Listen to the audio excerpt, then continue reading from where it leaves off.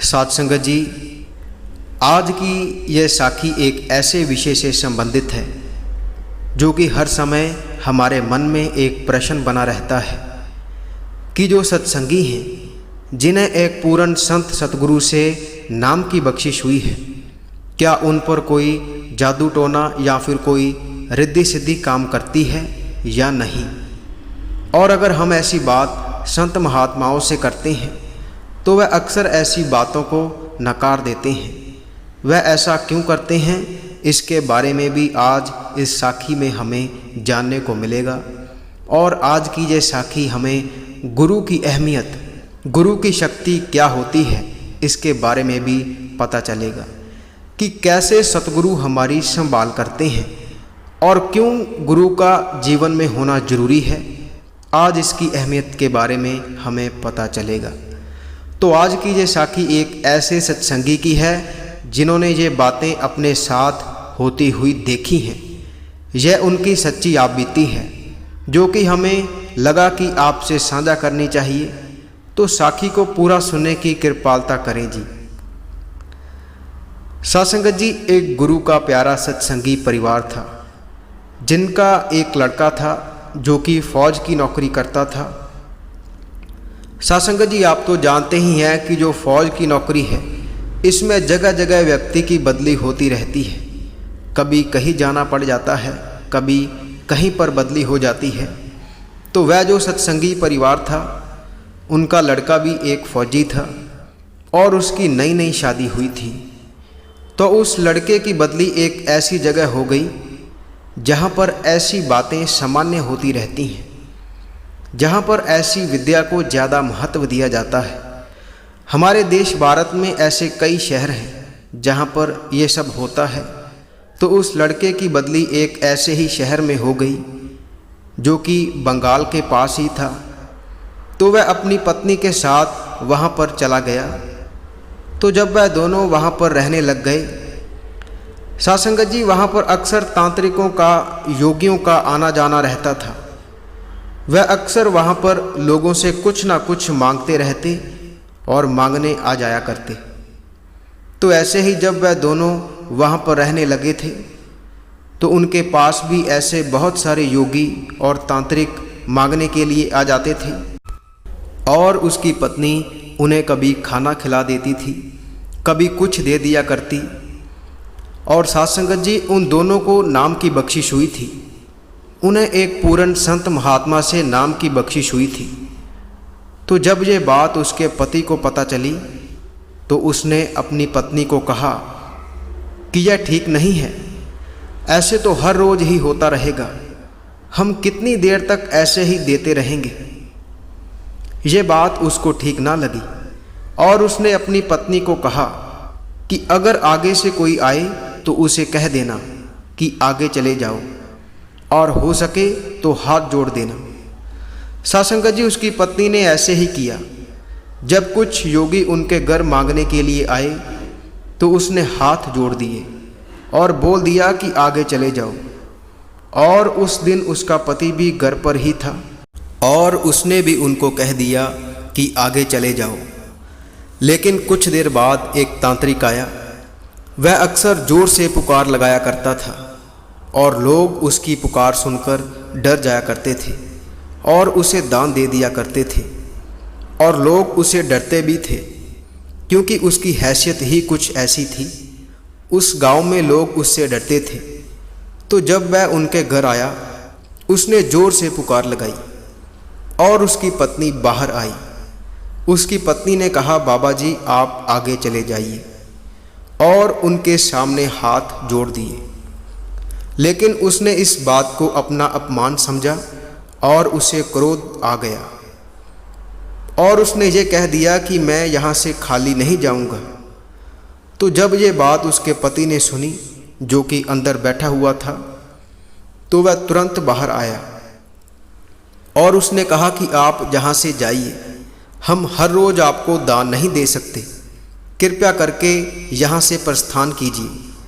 उसने यह बात कहकर उसका अपमान कर दिया और उसे बहुत बुरा लगा और उसने कहा कि यह तुम्हारे लिए बहुत भारी पड़ेगा। इस बात को सुनकर वह जो लड़का था उसे गुस्सा आ गया और उसने उसको धक्का दे दिया और कहा कि जाओ, आगे से यहाँ नहीं आना। और उस तांत्रिक को ऐसा अपमान पहली बार उस गांव में सहना पड़ा, क्योंकि आज तक किसी ने उसका अपमान नहीं किया था। तो आसपास भी यह खबर फैल गई कि वह जो फौजी लड़का है उसने तांत्रिक के साथ ऐसा किया है। तो तांत्रिक को बहुत बुरा लगा और उसे बहुत ठेस पहुंची कि इसने मेरा अपमान किया है, और उसने मन बना लिया कि मैं इसको सबक सिखा कर रहूँगा। तो उसने अपनी काली विद्या से उसे ठेस पहुंचाने की कोशिश की, लेकिन उसने उसकी पत्नी को कुछ नहीं कहा। उसने यह मन बना लिया कि मैं इसको सबक सिखा कर रहूँगा। तो जब उसने उस पर काला जादू करना शुरू कर दिया, और जब उसने ऐसा करना शुरू कर दिया, तब वह जो उसकी ताकतें थी जो उसने सिद्ध की हुई थी, वह उसको लड़के के पीछे छोड़ देता ताकि उसका नुकसान किया जा सके, उसे हानि पहुंचाई जा सके।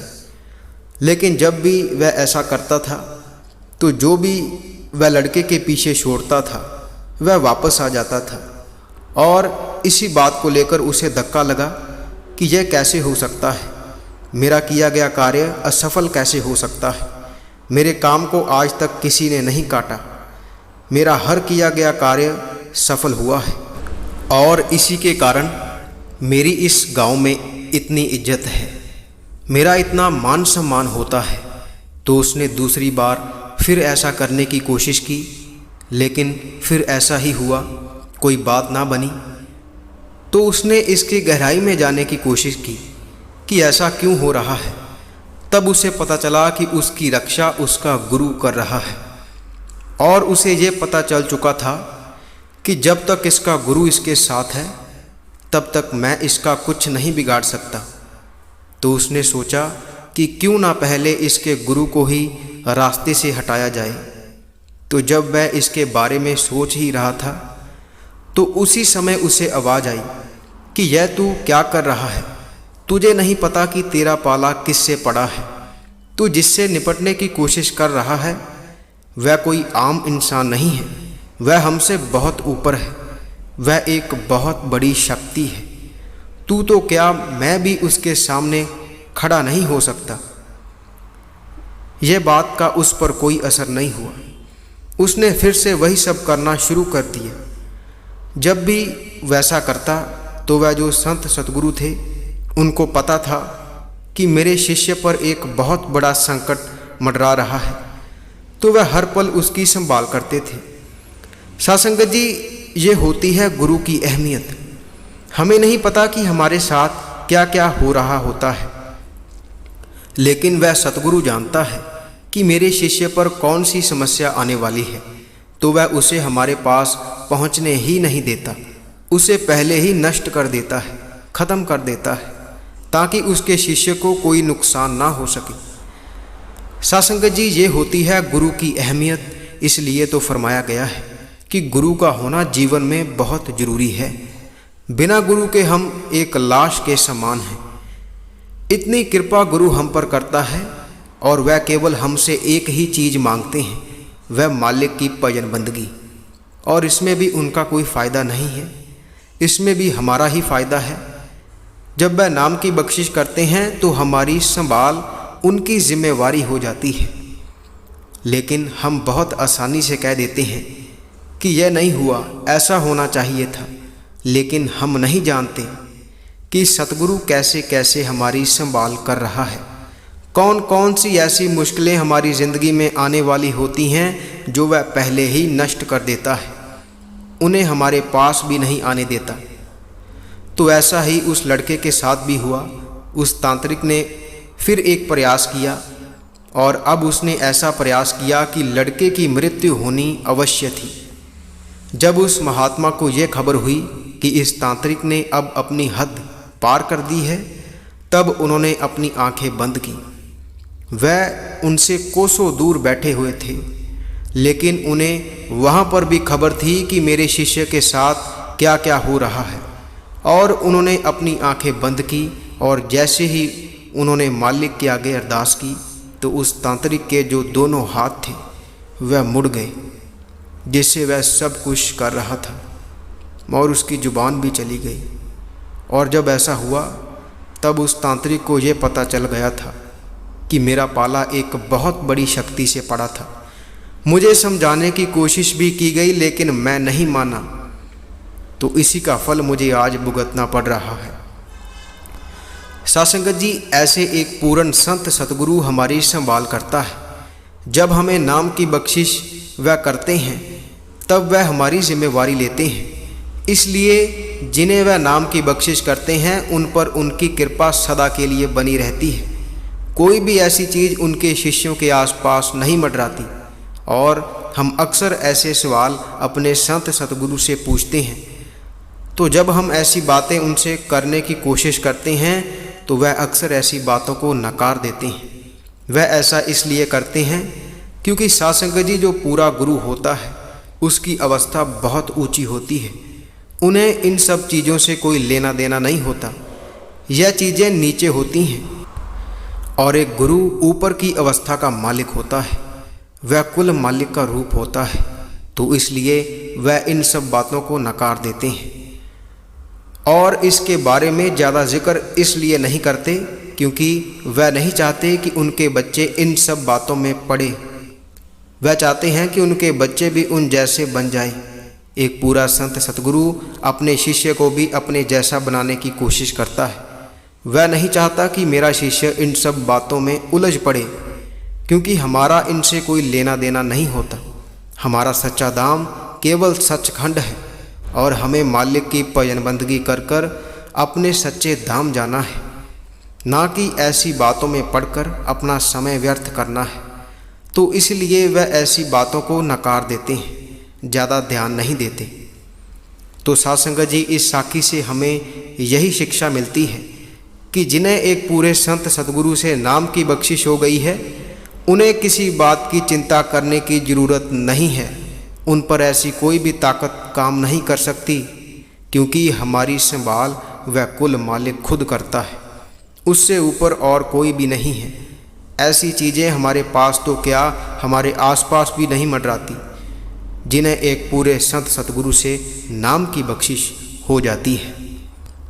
सासंगत जी, इसी के साथ हम आपसे इजाज़त लेते हैं। आगे मिलेंगे एक ऐसी ही रूहानी साखी के साथ। अगर आप ऐसी ही रूहानी साखियाँ सुनना पसंद करते हैं तो आप इस चैनल को सब्सक्राइब कर लीजिए और साथ ही बेल आइकन पर भी प्रेस ज़रूर कर दीजिए।